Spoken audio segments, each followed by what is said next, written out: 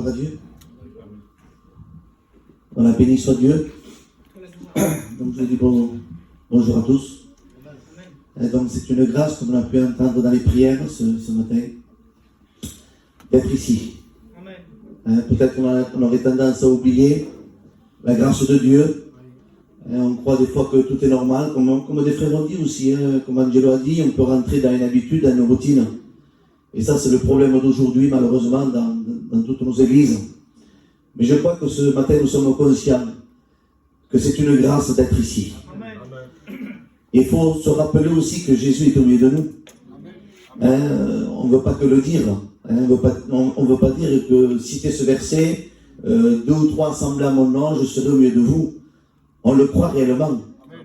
Et le Seigneur, je crois de tout mon cœur que bien sûr, il va encore nous parler à chacun de nous, parce que c'est normal, la parole de Dieu est ouverte, et à chaque fois que la parole de Dieu est ouverte, eh bien, Jésus nous parle. Et voilà, il faut aussi se laisser parler. Il faut écouter. Il faut obéir. Il faut faire la volonté de Dieu. C'est forcé du moins. Vous savez, je remercie les frères, donc les frères responsables. Voilà, je suis content de voir les frères. Ce texte, j'étais sur ma chaise, je réalise ce texte, c'est vrai qu'il est bon et doux, agréable pour des frères de demeurer ensemble. Il y a quelques temps derrière, on se voyait souvent dans les séminaires. On a passé des bons moments. Et je crois que la grâce de Dieu, si Dieu tarde à venir, j'espère qu'on en passera encore. Voilà, je suis content de voir aussi dans les symphonies. Alors Seigneur, voilà, on est bien dans la présence de Dieu. Vous savez, ce matin, je voudrais ce matin vraiment prêcher avec mon cœur. Je voudrais pas, vous savez, apporter quelque chose, vous savez, qui va peut-être, éblouir, vous savez. Et je crois que chacun de nous, c'est le but. Nous voulons porter le mot de Dieu, la pensée de Dieu. Et vous savez, depuis quelque temps, je le prêche différemment, mais le Seigneur m'a donné un message pour les temps que nous vivons aujourd'hui, pour l'époque où nous sommes, pour le temps de l'Église que nous vivons aujourd'hui.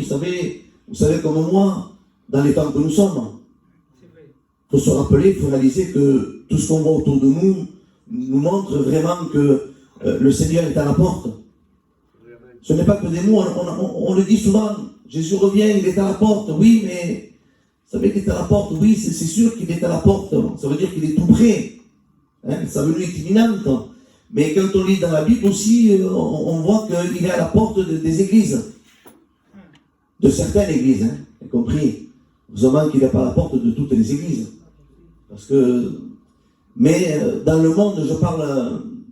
L'Église universelle dans le monde entier, malheureusement, le Seigneur n'est plus dans certaines églises, dans ces églises libres, dans ces églises qui sont tombées dans le travers, dans les fausses doctrines. Eh bien, le Seigneur n'y est plus, il est à la porte. Mais dans sa grâce, il appelle encore ces personnes-là à se repentir. Et aujourd'hui, vous savez, une église en bonne santé, c'est une église qui a toujours un cœur à se repentir. Certains chrétiens s'imaginent que la repentance, c'est encore pour les païens. Bien sûr que les païens ont besoin de se repentir, pour se convertir et puis pour marcher avec Dieu. Ils doivent demander pardon à Dieu de leurs péchés et puis marcher avec Dieu, se convertir, avoir cette nouvelle naissance, recevoir cette nouvelle naissance. Mais aujourd'hui, l'Église de Dieu a besoin de se repentir. Se repentir parce que des fois on se croit bien, des fois on se croit riche, des fois on dit je suis un chrétien, je suis bien, mais nous savons que tant que nous sommes dans cette enveloppe charnelle, on a des défauts, on a des manquements. Tant que nous serons dans cette enveloppe charnelle, nous serons toujours de temps en temps désobéissants. Et c'est pour ça qu'on a besoin d'être dans cet état constamment de repentance devant Dieu. Vous savez, je dis l'autre jour, on est dans un monde de bruit, un monde où c'est qu'il y a beaucoup d'informations, un monde où c'est qu'on est déçu, des fois on se sent trompé, on se sent déçu, on se sent choqué de certaines situations, parce qu'on vit dans un monde aujourd'hui très très compliqué. On voit que dans nos églises aujourd'hui, eh bien, il y a tellement de problèmes, il faut faire face à beaucoup de choses. Il faut faire face aux problèmes familial, problème du foyer, problème du travail, problème financier. Il y a tellement de problèmes, il y a tellement d'informations, on apprend tellement des nouvelles. C'est souvent des mauvaises nouvelles, malheureusement. On est déçu, on est choqué, on ne comprend pas. Et je voudrais te dire ce matin que tes regards, il faut qu'ils restent fixés sur la parole de Dieu. Il faut que nos regards ne se détournent pas ni à droite ni à gauche. Parce qu'aujourd'hui, on est dans un monde où c'est qu'on aurait tendance à détourner nos regards de la parole de Dieu, à détourner nos regards du Seigneur, à détourner nos regards de l'obéissance à Dieu. On aurait tendance tellement à entendre des informations, de voir des situations.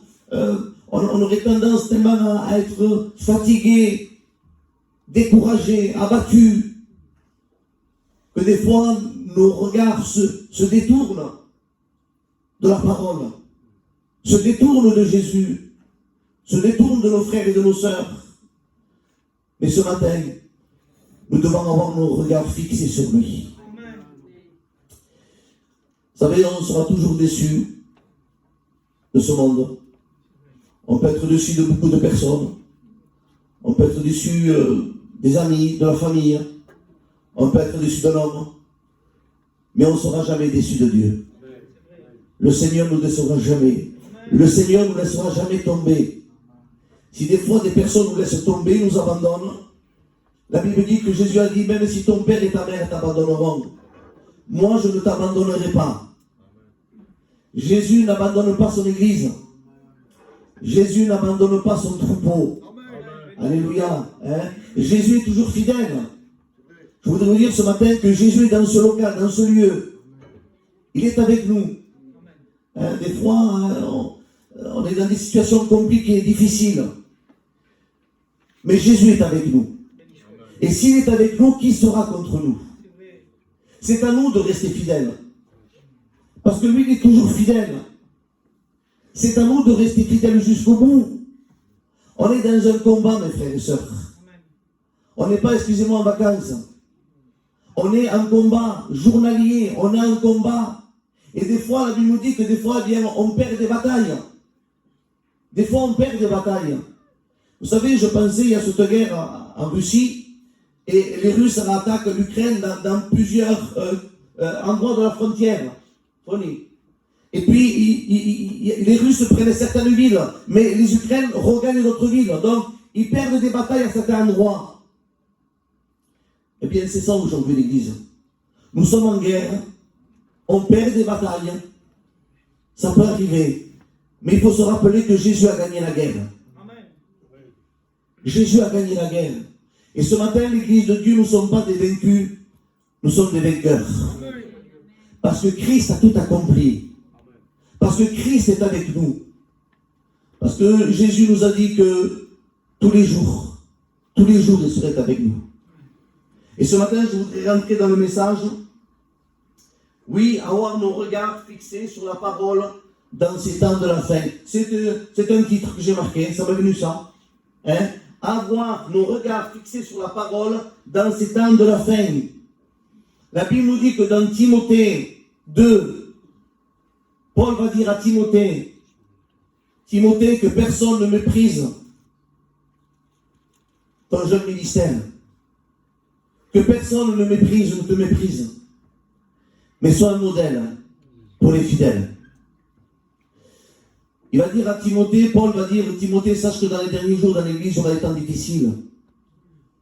Car l'insensibilité va venir. La religiosité va venir. L'égoïsme va venir. L'ingratitude va venir. Les hommes ennemis des véritables chrétiens vont venir. Les hommes seront ennemis des gens de bien, ça veut dire ennemis des véritables chrétiens.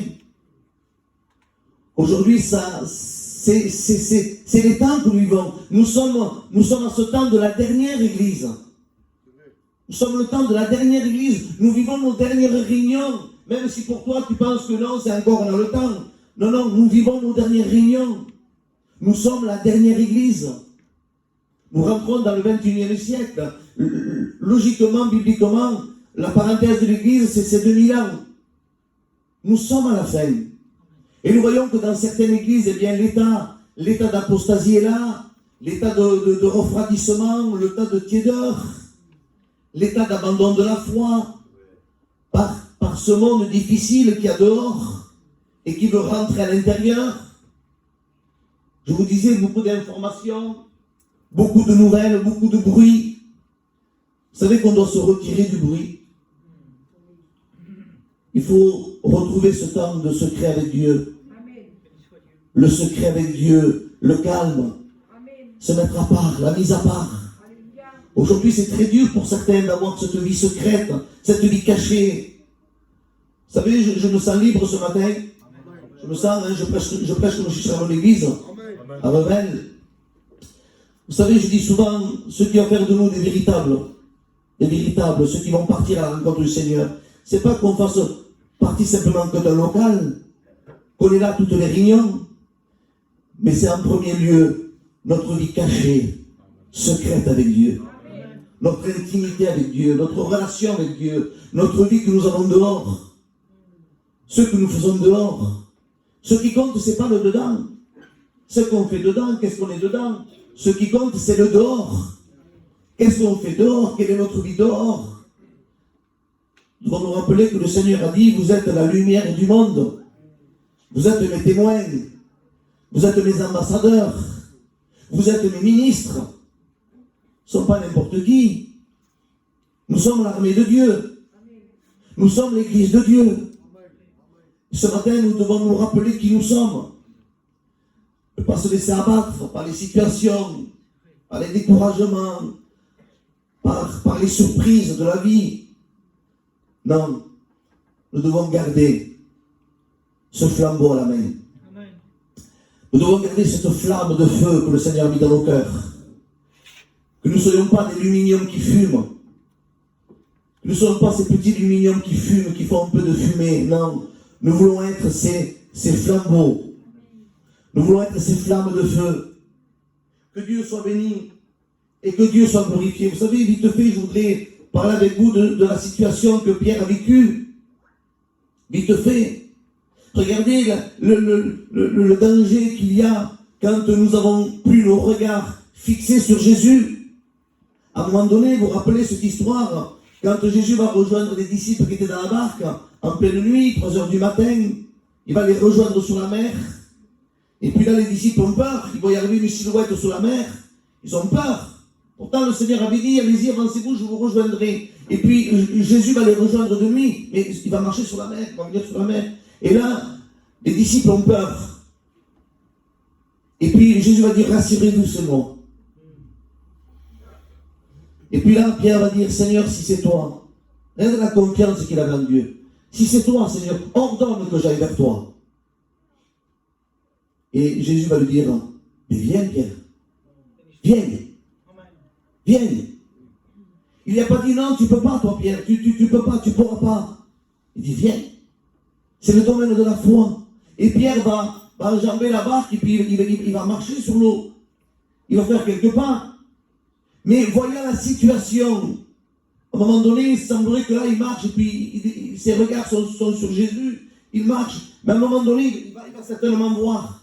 Il va réaliser. Il va voir les flots, le vent. Il va détourner ses regards. Et il va avoir de la peur, de la crainte certainement dans son cœur.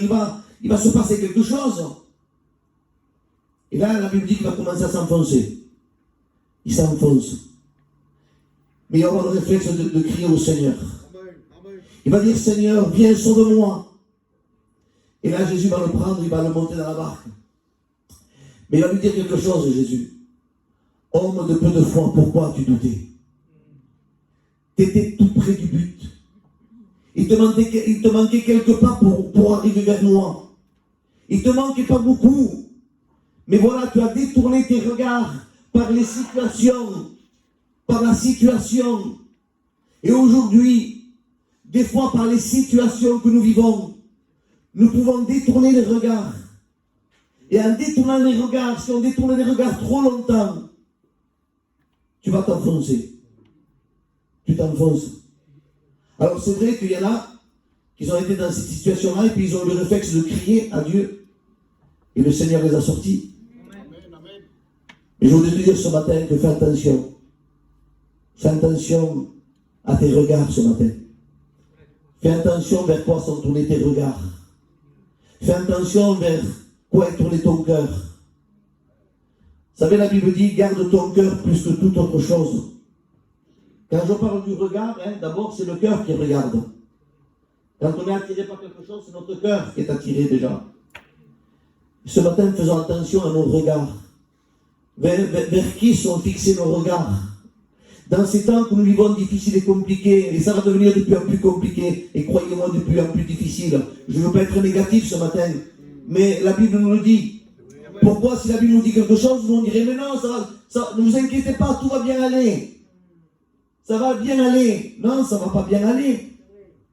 Le monde va mal. Mais pour nous, l'Église de Dieu, le meilleur est devant nous. Mais nous devons rester avec les regards fixés sur Jésus. Vous savez que Jésus est attentif aux moindres détails. Vous savez que Jésus voit nos regards, où se portent nos regards, où se porte notre cœur. Regardez, il y a ce passage aussi c'est dans Exode 3. Je ne fais pas trop la lecture parce que ça perd un peu de temps. Excusez-moi. Mais Exode 3 nous parle de Moïse.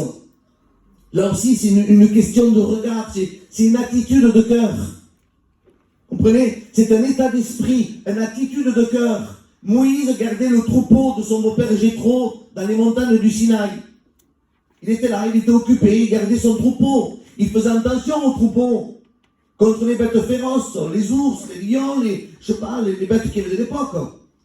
Il les gardait, il était là. Et puis à un moment donné, il détourne son regard et il voit que sur une montagne, il voit un buisson qui ne se consumait pas.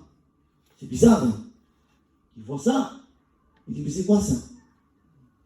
Et puis certainement qui refait attention au troupeau, et certainement qui regarde. Il dit, mais c'est quoi ce buisson? Je vais voir, je vais monter, je vais voir qu'est-ce qui se passe, c'est quoi ça? C'est quoi? Et la Bible dit que l'Éternel vit qu'il détourna ses regards, il va monter sur la montagne, et c'est à ce moment-là qu'il détourne ses regards de son occupation, de là où était son cœur, ses regards, de son travail, de son occupation. Dieu dit qu'il détourna ses regards, et c'est là que Dieu va l'appeler Moïse. Vous savez, aujourd'hui, je le dis de la part du Seigneur, nous rentrons tellement dans des temps durs et compliqués, difficiles, que croyez-moi, que certains vont détourner les regards de la parole, vont s'en détourner, tellement pris par les choses de la vie, par le tourbillon de ce siècle, par les épreuves, par tout ce qu'on peut entendre aujourd'hui. Non, ce matin, nous avons besoin, avec la grâce de Dieu, de réaliser que nos regards, notre cœur, soient plus que jamais attirés par sa parole. Vous savez, c'est dans la parole de Dieu qu'il nous est dit que les compassions de l'Éternel ne sont pas épuisées. Les bontés de l'Éternel se renouvellent chaque jour. Mais pour que les bontés se renouvellent chaque jour, nous devons avoir notre cœur tourné vers lui. Nous devons le rechercher. Nous devons, plus que jamais, rechercher Dieu. Vous savez, ce verset qu'on prêche des fois dans l'évangélisation, qui dit « Je me laisse trouver par celui qui me cherche ». Bien, c'est encore d'actualité pour l'Église. L'Église a besoin de chercher Dieu. Et on le cherche bien de tout notre cœur. Dans le secret de notre chambre. Dans l'intimité. C'est dans l'intimité avec Dieu qu'on prend des forces. Ce n'est pas en restant dehors, en regardant à droite et à gauche. Mais nous devons scruter la parole. Lire la parole. Trop de chrétiens ne lisent plus la Bible. Trop de chrétiens se contentent de 3 repas par semaine. 3 repas par semaine, 3 réunions par semaine. Est-ce que vous mangez 3 fois par semaine? Non, on mange tous les jours. Et 2 à 3 fois par jour. Parce que le corps a besoin de force. On peut manger 1 fois par jour, mais on n'est pas trop bien. On mange 2-3 fois par jour. Pour le corps, il faut de la nourriture 2-3 fois par jour. Mais pour l'âme, 3 fois par semaine, il est assez. Et non. Trop de chrétiens se sont habitués à entendre 3 prédications par semaine. Mais mes frères et sœurs, ce n'est pas 3 prédications par semaine qui vont vous aider à tenir dans ce monde où on est. La Bible, elle n'a pas, excusez-moi, été écrite que pour les serviteurs de Dieu. La Bible a été écrite pour tous les enfants de Dieu. Vous allez dans nos églises, dans bien, les chrétiens prennent leur Bible. Alors même si on ne le fait pas dans nos églises, lisez la Bible chez vous. Lisez la Bible, que la Bible devienne notre livre de chevet. Vous savez, malheureusement, ce qui a pris la place de la Bible, c'est le téléphone. Hein? Je sais que beaucoup n'aiment pas qu'on parle de ça. Ça choque. Mais pourtant, il faut dire la réalité.